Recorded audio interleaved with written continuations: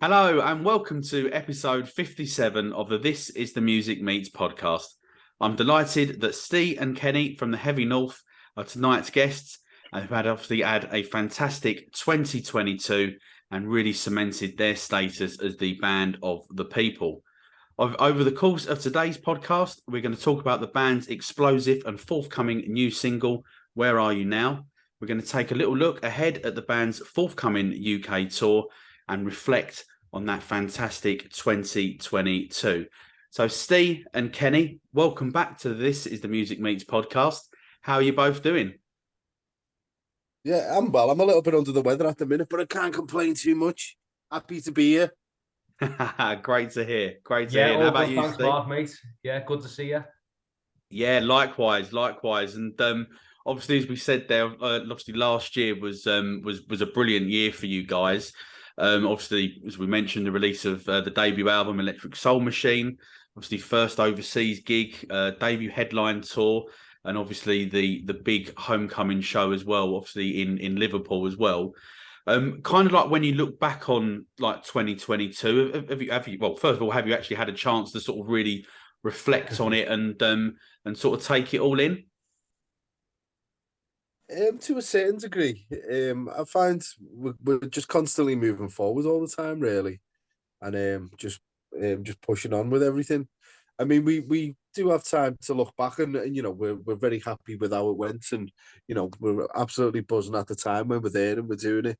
But Yeah. we just keep looking forward, and we're looking just to get bigger and bigger and bigger and bigger, and like snowball, I think.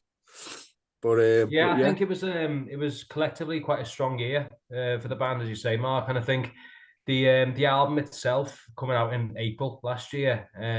By that time, we were kind of working on new material as well. So we were in a quite a fortunate position that even though we were quite busy with the different shows and the headline tour and that type of thing, the actual songwriting process was already underway because we'd waited so long to get that album out with the manufacturing delays following the pandemic and stuff. So by that time, we were eager to get back in the studio. So yeah, we were pleased to say we're pretty far into our second album, and we expect to be finished in the next couple of weeks. But like Ken said, reflecting back, it was a really strong year, and I think we all felt quite proud of the stuff we achieved, particularly as he's essentially an independent artist, releasing our own stuff.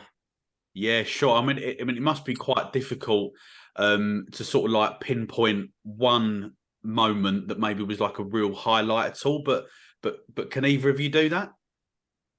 Well, I think the hometown show was really special. Just I remember when we were all backstage and we were just like peeking out the curtain, and you could just see how busy it was. You know what I mean? It was absolutely mind blowing. We couldn't wait to get out and play. Yeah, But yeah, it was brilliant. Yeah, I think one really, of my really good. ones was the actual album release day on Record Store Day last year, and we were able to play like three smaller in-store shows across the Northwest. And I think for me that was a moment to actually kind of physically, not only us physically hold our vinyl, but seeing our kind of fans and followers and friends and family all holding the record as well. I think that for me was a bit of a moment, and particularly playing three stripped back shows in a day. And we were kind of driving around for the best part of kind of 6-7 hours. And we each thought, well, we'll turn up to these places and they're all packed, they're busy. You know what I mean? People actually want to come and yeah. meet us and get signed copies. So I think looking back, I think yeah, last April Record Store Day and the actual release day for Electric Soul Machine was one of my highlights. Yeah, totally understandable. And kind of like then sort of fast forward really now to sort of like the start of this year. You obviously played I think it was 4 gigs as part of the independent venues week. So kind of like how were those gigs for you?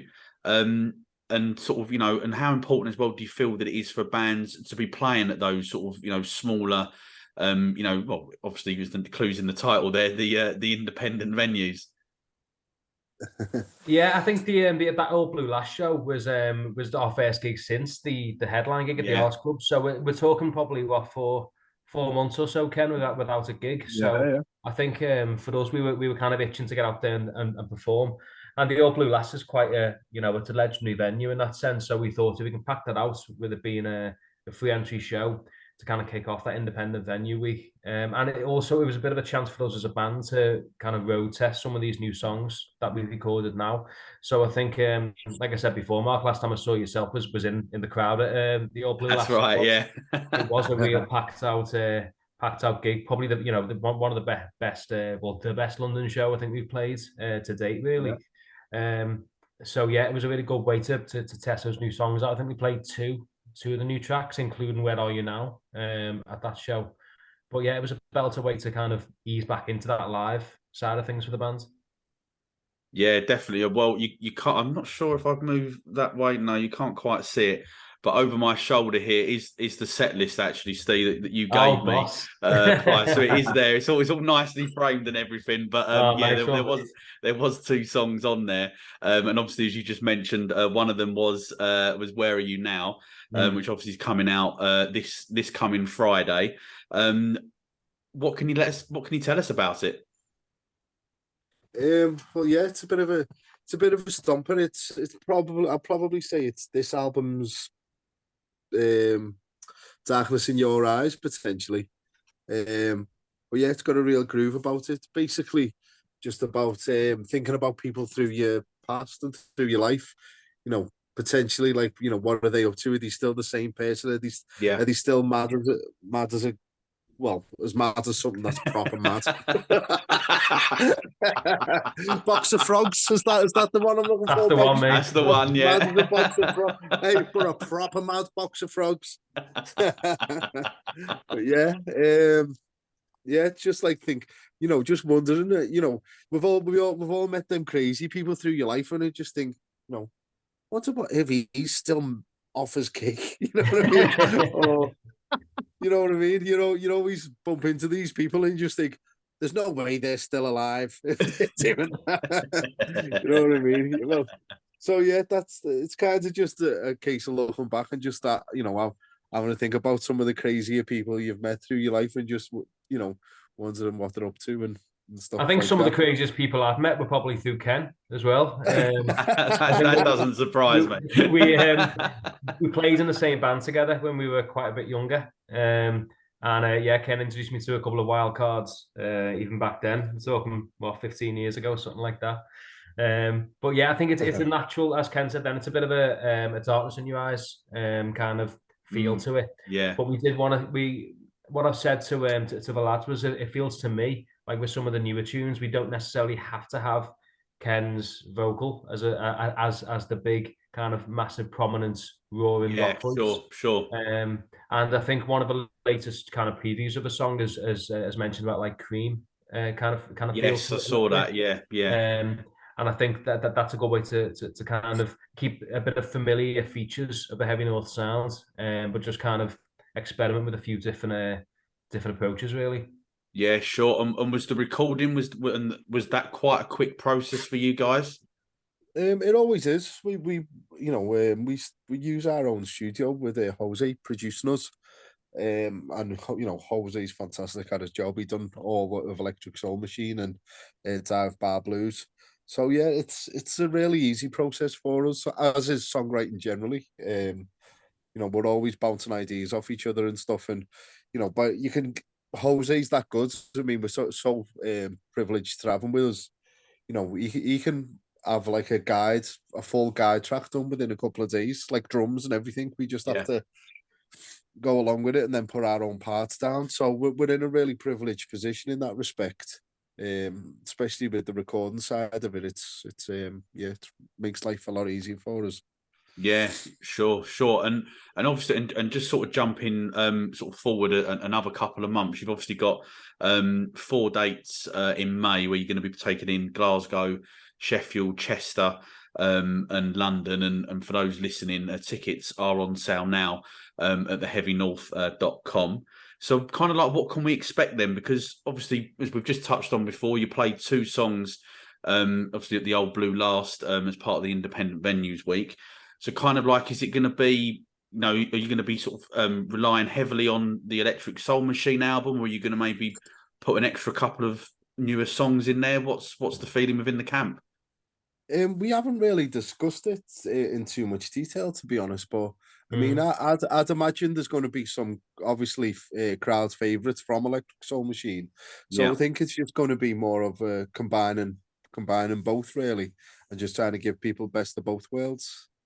I mean, I think we're in a grateful position where it's starting to get a little bit selective with the set lists, really, because we do get, some of our fans and followers who've been with us for a couple of years. They'll have the Die Bar Blues EP Yeah. and then Electric Soul Machine, and I think up until probably towards the end of last year, we had a kind of quite a solid set.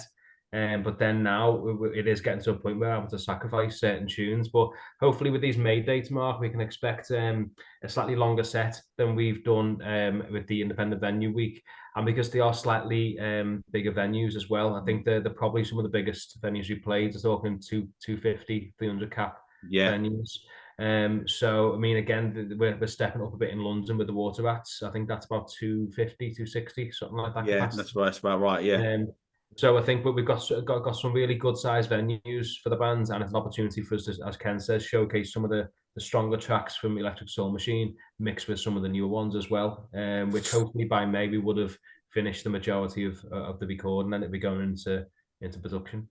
Yeah, sure. Well, it certainly sounds really exciting, and well, I can't wait for the gig at the Water Rats. I'm sure it's going to be a great night, and I'm sure there's probably a few other people that will agree with me. But kind of like, well, just staying with the theme of live music. You obviously got the really big show at the end of the year, haven't you? At the Camp and Furnace on December the 1st. And I believe I've read somewhere that's going to be a 12-piece band show. So just sort of tell us what's the idea behind that. Well, we did a similar thing for our home gig for the art club where we had a 12-piece band. So we had the orchestra with us and a brass section, as well as two female backing singers. And well, say female like the robots, they were absolutely brilliant. Our mates Rosalie and Molly. Yeah. Yeah, but yeah, everyone smashed it out the park. Really, there were people who played on the actual album itself, so we brought them out to play with us live. So it's just something we're really keen to do again, because we had such a great time and great gig with them, and it adds a lot to the performance. When we had our first rehearsal with the orchestra and the brass section, it was like every song sounded like a Bond theme. It did sound incredible. It adds the whole new layer to the album itself. And I think the intention of playing the album from start to finish at the Arts Club was great, because we were able to get up and do a few tunes as a 6-piece band, and then they all kind of flooded on stage to play the album in its entirety. And I think in a way we kind of set a precedent with that, really. And I think when it comes to Liverpool as well, in our hometown shows, there's only probably a handful of venues now that we can kind of that we haven't played, which we kind of wanted to aim to do. So that's where the Camp and Fairness comes into it, which is about a 1,200 capacity venue. Is one of the large ones in Liverpool. So yeah, hopefully that's going to be just as good as the Arts Club, if not better, really. And yeah, it's, as Ken said, when we first rehearsed with the additional musicians, and because they're all professional, fantastic musicians themselves. We only think we did 2 rehearsals as a kind of, it wasn't even, I think it ended up being a 14-piece, I think, including ourselves. So we were the 6 of us, and yeah, 8 additional personnel there. But yeah, can't wait for that Camp and Furnace show, mate. I know it's a while off, but yeah, tickets are on sale now if anyone fancies coming down to see our big show. Yeah, and they can also blag it as a Christmas night out. Yeah, it's that close. Yeah, Friday the 1st of December. Yeah, that's it. You got absolutely. If you need any more excuse, and obviously staying again with sort of like firsts really from like last year. Obviously overseas fans are going to be in for a bit of a treat, because obviously you're heading back to Gibraltar in June, and then you're nipping off to the Costa del Sol as well. So kind of like how excited are you to be getting to play overseas again? Oh, I cannot wait. We had such a great time when we went to Gibraltar last time, and we were really looked after by the crew putting it on. It was really, really good. Can't speak highly enough of everyone. yeah, absolutely brilliant and great setup as well. Yeah, cannot wait to get back over. It's a little jolly with the boys. And we're in the fortunate position of having Jose with his dual citizenship. Yeah, So I mean, there will be little hiccups like a lot of bands are facing about customs and traveling abroad, and obviously the Gibraltar being an extension of the UK is one thing, but there are additional complications with performing in Europe as well. But yeah, I'm personally made up that we're not only heading back to Gibraltar, but we're playing in Estepona as well, in south of Spain, as you say, Costa del Sol. yeah. But it's something a bit different for us, and I think hopefully, I know tickets are on sale for that show now as well in Spain, and the one in Gibraltar is free. So if anyone knows anyone over there, or you fancy a little jolly, get Yeah. involved. It's at the end of July, beginning of July. Sorry, end of June, beginning of July. Yeah, great stuff. Little summer holiday there, as you say, and and obviously as well, with just sort of carrying on with the sort of the overseas type of theme. I mean, I know sort of from what I heard and sort of people that I spoke to, obviously at the Old Blue last gig, I think you had people from Austria, France, and I think I've heard someone mention as well there's someone over from America as well. I mean, kind of like when you hear things like that, I mean, what's like the reaction? Like how do you feel about that? Yeah, but always it's like your mind's blown, really. To be honest, it's such a strange feeling to think that you mean so much to people that they're going to travel for such a long distance to come and see you. I mean, obviously, we love doing what we do, and we're just so grateful that other people love what we do. You know what I mean? It's such a nice, unique thing. You can't really explain from anything else, really. It's so different from like because we love playing with each other, look, playing music with each other. I mean, be careful how I word that. Yeah, I love playing with Mark's hair. No, we love playing music together, and it's just brilliant that people really like what we're putting down. So yeah, it's a privilege for us, really, and it's so humbling that people will travel to come and see us, and even the people that don't have to travel, anyone that makes the effort to come and see us, and it's brilliant. I think we owe a bit of a thanks as well to some of the kind of online community, Mark, of Mm. which we can see you very much a part of, really, the kind of new music scene and the social media stuff. Because I think, like we discussed before, during the lockdown, we were quite fortunate as a band that we were putting out stuff in that first lockdown in March 2020, and people started spreading the word, and I think that was part of the what led to us getting some fans from far out places, Yeah, really. And yeah, you were right before. Yeah, we had people from all over the place come to the Old Blue last, and it was a real kind of coming together. But like I say, it's that online community where I think there's also friendships have been made, and people are into the same bands or recommends artists, share playlists, and all the support that people like yourselves give bands like us. And I think that creates that community where fans want to meet fans. It's not just a case of coming together to watch the Every Note's latest show, which they obviously like to do, but it's I can meet so and so. We spoke for years, we haven't met in person, and I think there was a fair bit of that in London, and even at the Arts Club last year, we had people travel from all over the UK and abroad to come to the show. So yeah, as Ken says, we were very, very grateful for the support and particularly those fans who travel to see us as well. So I think that's why we just want to make these shows in May and the Camp and Furnace show, and as well as the overseas dates, to just be as special as possible, and show our second album tracks as best as we can. yeah, Yeah, and, definitely. and yeah, and Oh, go just on, Ken. touching No, go on. Yeah, just touching on that as well. We found last year, we were bumping into a lot of the same faces as well. Like people from the Twitter community, and it was, it's starting to get to a point now where we're looking forward to going to play to see them. You know what I mean? Yeah, So, you know what I mean. You go and yeah. bumping, all right. You know what I mean? I'm more happy. I'm more interested in going and seeing them. To be honest, having a catch up and a bevy.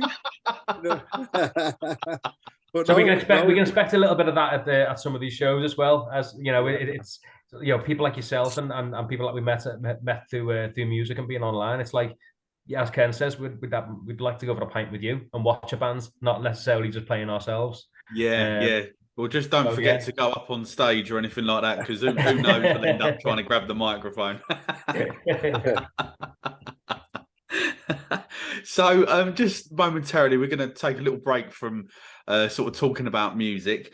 Sorry, talking about football. Yeah, talk about music even. Obviously, let's have a little chat about our respective football teams. Unfortunately, pretty poor seasons, I think it's fair to say. Obviously, from myself being a West Ham fan, obviously Steve, you're Everton, and obviously Ken, you're obviously a Liverpool supporter. But Steve, I'll come to you first. Are Everton going to survive? Obviously, very good result on Saturday against Chelsea. Yeah, I think it's been a little bit up and down over recent weeks, but like you say, it's been a bit of an unusual season. I think in most for a lot of the kind of Premier League teams, but for us, I think I was a bit uncertain about Sean Dyche coming in, but I knew it wasn't right for Frank Lampard. But I think right now, particularly the result of the weekend, Ellis Sims coming back off loan from Sunderland, only probably playing about 10 to 15 minutes since coming back. And he scores against Chelsea like that to get an equaliser. And for us, that's a massive point. But it is really tight at the kind of bottom third of the table at the moment. You know, every win, every loss, and every draw point really makes a difference for us there.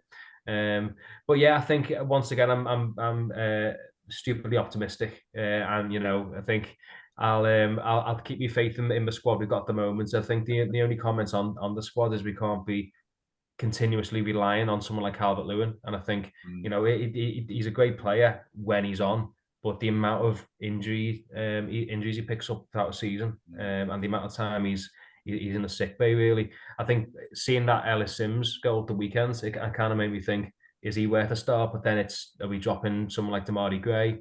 Dwight McNeil, I personally think it's a bit hot and cold. He hasn't really convinced me too much yet. I think Tarkowski's been a good player for Everton, but once or twice he's slipped up. So it's about getting the best out of the squad we got at the moment, and yeah, I'm quite optimistic about Dyche at the moment. But just on the note of the Blues as well, right opposite where we rehearse and record is a new Everton stadium, and we've kind of watched it being built. Right. Okay. Yeah. You know, every week we see a little bit more getting to it. So if the worst case scenario happens, Mark, and we do get relegated, then we'll have the best stadium in the Championship. By the looks of it. Well, I don't know. I think my lot might try and rival you for that status if we go. Well, yeah, we're both in the Championship. Yeah, absolutely. Because you know, we're obviously at the wrong end, and just you saying there about the you know, there's what's about 7 or 8 teams I think involved in this this relegation battle at the minute. I don't think I've ever known that many teams to be involved, you know, at sort of this stage of the season. So I don't know if that means that the rest of the league is actually that good, or whether or not if all these teams are just so bad that you know, that's you know, that's why. Obviously, Ken, obviously you haven't had a particularly great season. I can see you there smiling away, laughing at our predicament over here. But I'm guessing I'm not laughing at West Ham's predicament, believe me. We've got you know, Conference League, you know, prestigious European quarter-final coming up in a couple of weeks. Yeah. You know, we're doing very well. You know, you've got an excuse. You got your eye on something else. And you've got 2 games in hand, I believe. Yeah, well, fingers crossed we make use of them. One of them's against Man City, I think. So I don't think we'll. Believe me, I've had my fingers and my toes crossed that you make use of them. Yeah. But I mean, I guess from your point of view, Steve, that Ken must have been pretty unbearable a couple of weeks ago with the Liverpool winning 7-0 against Man United. I mean, that must be the only highlight of the season. To be fair, he's not too bad. I think if anything, it's more he'll say something and I'll make a little smart remark, and then we'll start bickering and arguing. and as Ken says, he says, you know, Steve's a nice lad and that, but when we talk about Evan, he's just turned into this horror. This horrible creature. the bitter blue creature. He hates. This is how bad he is, right? He even hates, like when we had our main stand built, he even hates our stand. Like I was like, because you can see, because in our studio you can see Anfield and the main stand from one window, and over the other side you can see Everton Stadium. And I was like, oh, look at the size of our new stand there. Get on news there. FC big stands with your big massive stands. like he was really offended by the fact that we've got a big stand. FC big stands. That's you. That's you, lot that.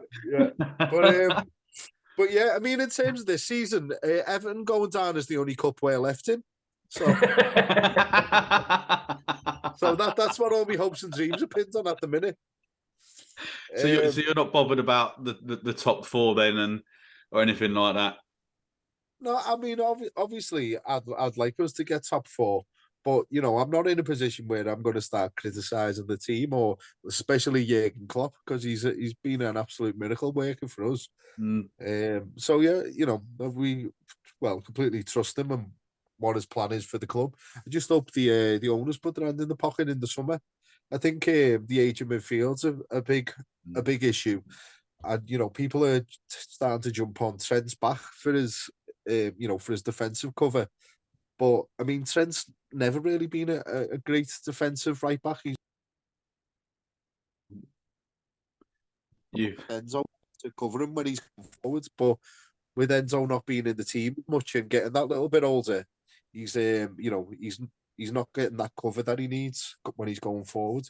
Yeah, sure. Yeah, definitely agree with it. I think I understand the criticism, but as you say, it's been there pretty much the whole way through. But let's hope when we meet up in May at the Water Rats that we're all fairly happy that we've stayed up. Maybe West Ham have pulled off of the impossible and maybe are in a final, and Everton have stayed up and Ken's got his wish with the top four. That'd probably be the ultimate, and we're all happy then. well, no, I mean, I'll miss out on top four if it means Everton go down. and I'm the bitter one, Mark. Apparently, yeah, that's right. Well, how do you feel about I don't even hate Everton. I just loathe Evertonians.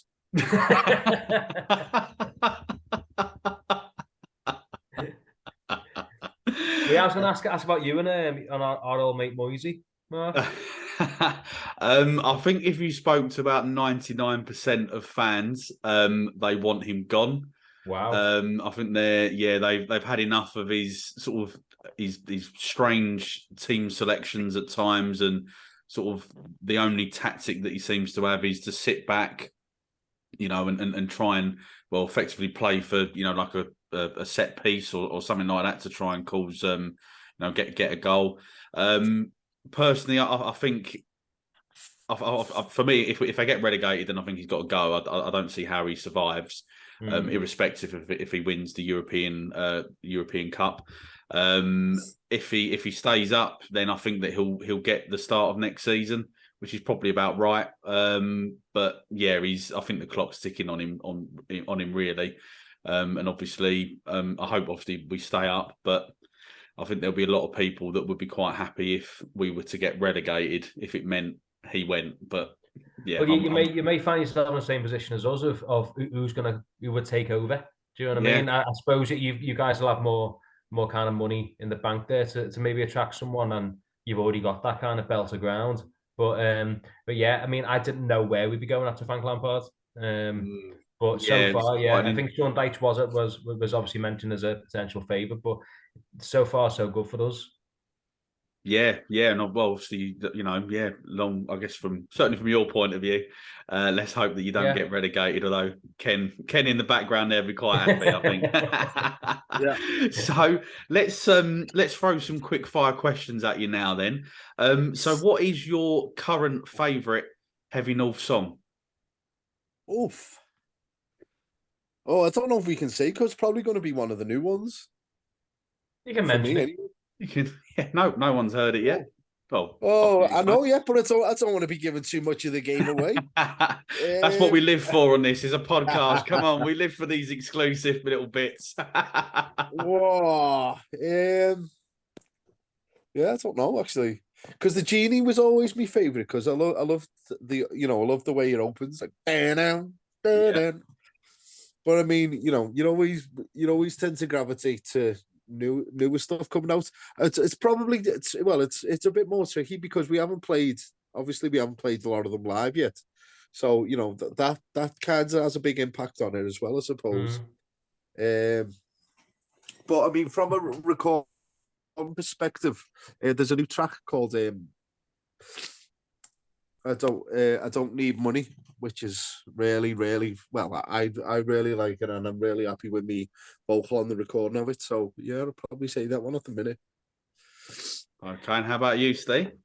I think it's going to be one of the newer tracks. I think with the one which I'm enjoying at the moment as my favourite is, I don't think it's actually got a name yet.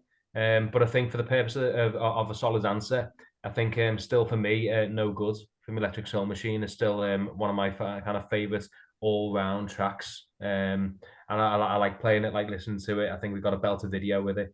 I think that as a song itself, as a standalone track for me, is my favourite so far. Okay, there you go. So if you could swap lives with one band member, who would it be and why? Oof. I'd say Steve's probably got the best social life. well, I don't know about that, mate. He was giving me a bit of stick last week, Mark. Hey, but I think there'd be an awful lot of dogs disappointed that I wouldn't be stroking them as much as you do. Yeah, the lads took the piss out of me because me and my girlfriend went to Crufts, the dog show, just as a Well, if Kenny wants to swap with me, you know, that's the kind of thing he'd be getting up to. Yeah, Keith Laird. So small without fire. He's been interfering with dogs. That is a tricky question. Okay, so here's another one for you. If you could go on any TV show as a contestant, what show would you go on and why? Oh, the Crystal Maze. Because it's gone old school. Yeah. Because I reckon it'll be boss. I mean, obviously none of the boring ones. It'd have to be something with like a blow dart or something cool. Yeah. Don't get me one of the ones where I've got to try and use my brain too much. Start doing maths. None of that. I reckon I'd go for Traitors, which is one of the newer ones on the BBC. Yeah. I'm quite into that. But if that's not, you know, a fair answer, I was going to say like Takeshi's Castle or something like that. That'd be boss. Yeah. I like that. That's good. I like those choices. Hey, no, I'm going to change mine to Gladiators. That's meant to be coming back, isn't it? I think Gladiators. I remember reading somewhere last year. I think the original wolf. Yeah. Yeah, but they could bring me in as the new wolf. There we go. So thanks for you can stroke me.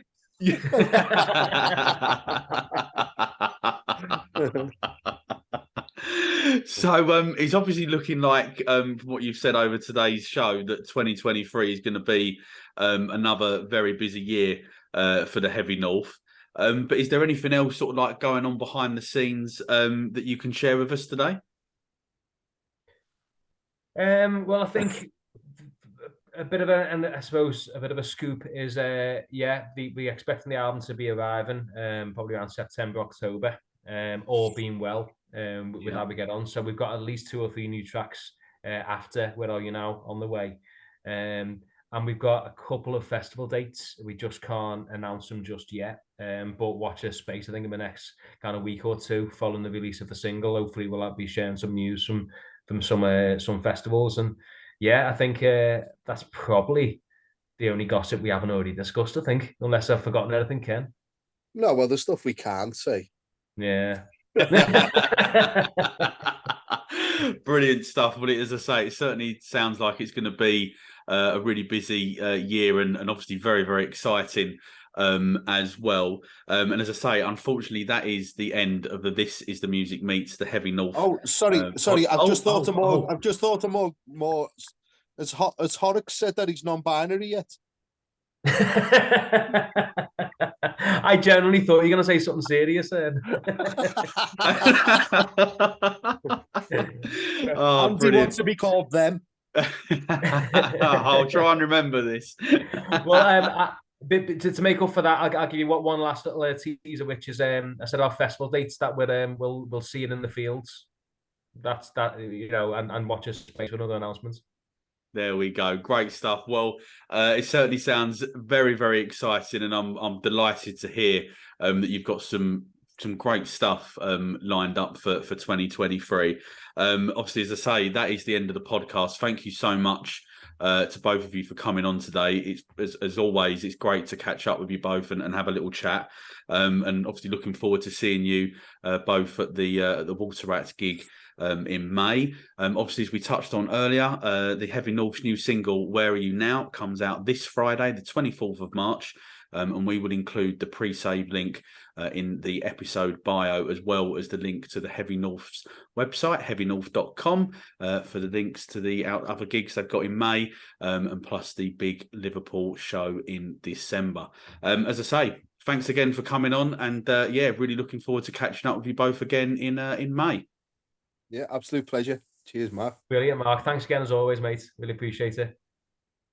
So all that leaves me to say is to thank everyone for listening to the latest This Is The Music Meets podcast.